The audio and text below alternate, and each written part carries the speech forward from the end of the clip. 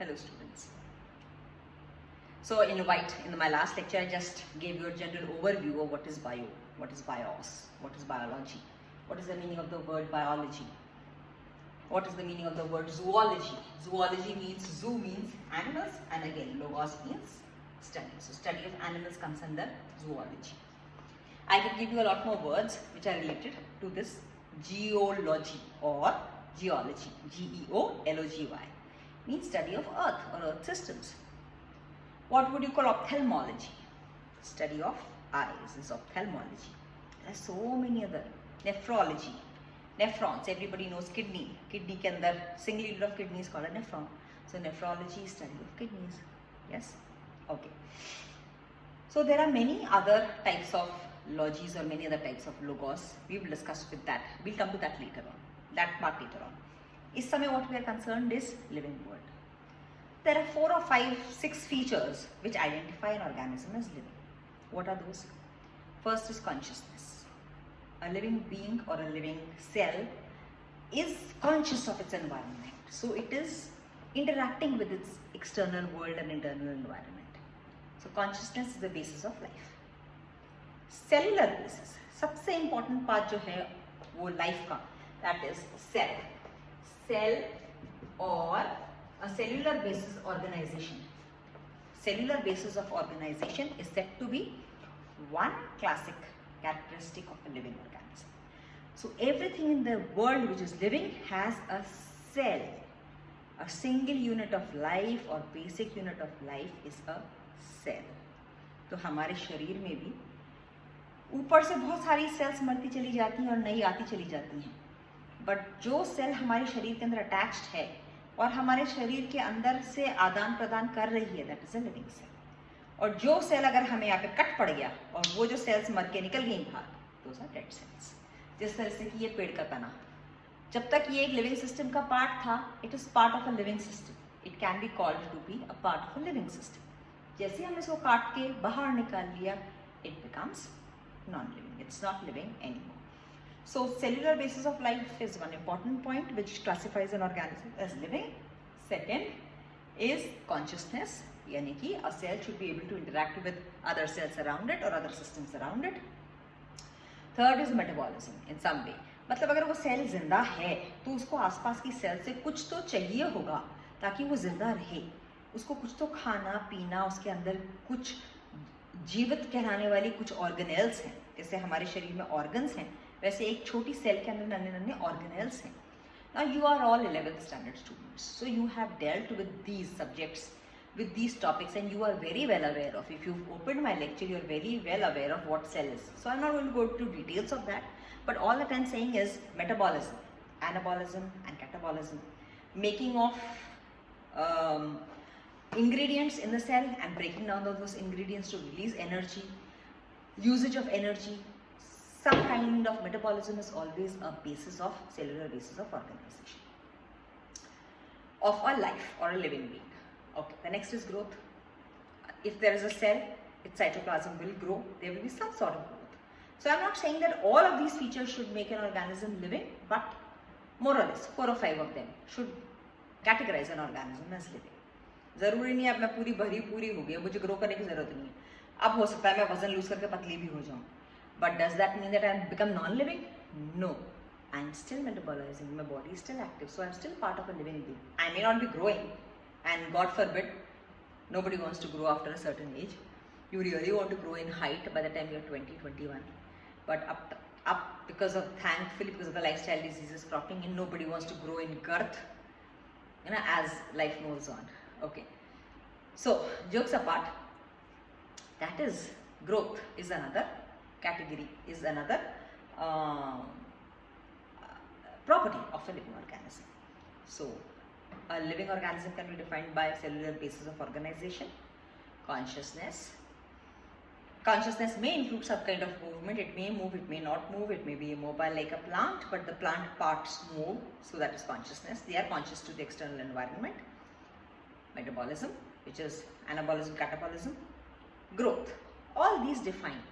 कोई भी इसमें से 3-4 होंगे तो an organism can be classified as a living organism. Yes? Okay. So that is the basis of living organism. Now let's move on to the next lecture.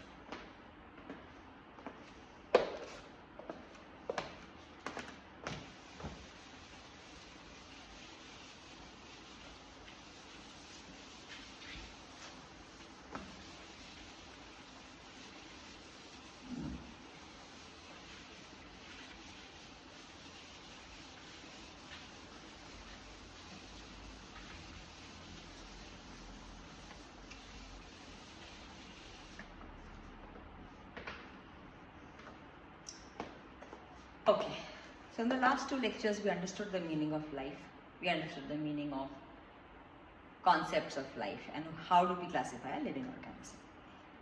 Now in this lecture we're going to start with the concept of how do you classify the living world. तो जब scientist ने realise किया कि पूरे के पूरे living world है, यहाँ प्लांट्स भी हैं, यहाँ एनिमल्स भी हैं. Aristotle was one of the first scientists to start this classification. So he classified the living world into plants and animals. He said, भाई जिनके अंदर जो rooted हैं उनको plants कह देते हैं, जो चलते फिरते हैं उनको animals कह देते हैं. This was found to be insufficient, obviously, क्योंकि ये समझ में आ गया कि भाई कुछ और भी जीव जंतु हैं जो न प्लांट में आ रहे हैं न एनिमल में आ रहे हैं, बट दे आर लिविंग. एनेमा और इनेमा किया गया, मतलब जिनके अंदर ब्लड है, जिनके अंदर ब्लड नहीं है, उसमें डिवाइड किया जाए. वो भी कॉन्सेप्ट जो है थोड़ा फेल हो गया कि it was found to be insufficient, कि जिनमें लाल ब्लड है या लाल ब्लड नहीं है, that wasn't found to be enough basis for defining a living organism. तो बेसिकली बहुत सारे उसके बाद में 5 किंगडम क्लासिफिकेशन आया, और 5 किंगडम क्लासिफिकेशन के हिसाब से जैसे हमने जो लिविंग वर्ल्ड को डिवाइड किया, उस लिविंग वर्ल्ड में एक जो हाईएस्ट हायरार्की थी वो दी गई है किंगडम को. किंगडम का मतलब है this the highest this thing of hierarchy which is called as kingdom. और पूरे के पूरे लिविंग वर्ल्ड को 5 किंगडम्स में डिवाइड किया, 1 2 3 4 and 5. On what basis was this done? This was done on the basis of 6 points. ये 6 points तुम्हारी NCERT की टेक्स्ट बुक में रखे हुए हैं. As soon as the biological classification chapter starts you have table on the right. As we discuss these, अभी तो मैं कंसाइज वे में बता रही हूँ. As we discuss this, I will फटाफट से tell you on what basis these 4-5 points on the basis of which this classification was done. But mainly अभी ये समझ लो, the entire living world, यानी जीव जंतुओं की जो दुनिया थी, it was classified into 5 kingdoms, and these 5 kingdoms were Monera. The second kingdom was Protista. The third kingdom was Fungi. The fourth kingdom was Plantae, and the fifth kingdom was Animalia. ये नाम तो सुनने में अजीब से लगेंगे, but उस समय सारी की सारी साइंटिफिक डिस्कवरीज जो हैं वो सब यूरोप में हो रही थी, and Latin was formed to be a common language. तो ये जो सारे के सारे नाम हैं ये सब लैटिन वर्ड्स हैं. Animals are called Animalia in Latin, plant are called Plantae, kingdom Plantae, Fungi, Protista and Monera. Just examination के हिसाब से मैं इस समय ये चैप्टर्स से डील कर रही हूँ, so I am just quickly running through this. Monera के अंदर कौन से सारे ऑर्गेनिजम्स आते हैं? All organisms that are unicellular, एक सेल वाले, and prokaryote. Pro means primitive, karyon means nucleus. तो पूरे की पूरी लिविंग वर्ल्ड को डिवाइड कर दिया 2 हिस्सों में. जितने लिविंग वर्ल्ड में ऑर्गेनिजम्स का न्यूक्लियस अंडर डेवलप्ड था, प्रिमिटिव था, they were all placed in prokaryotes.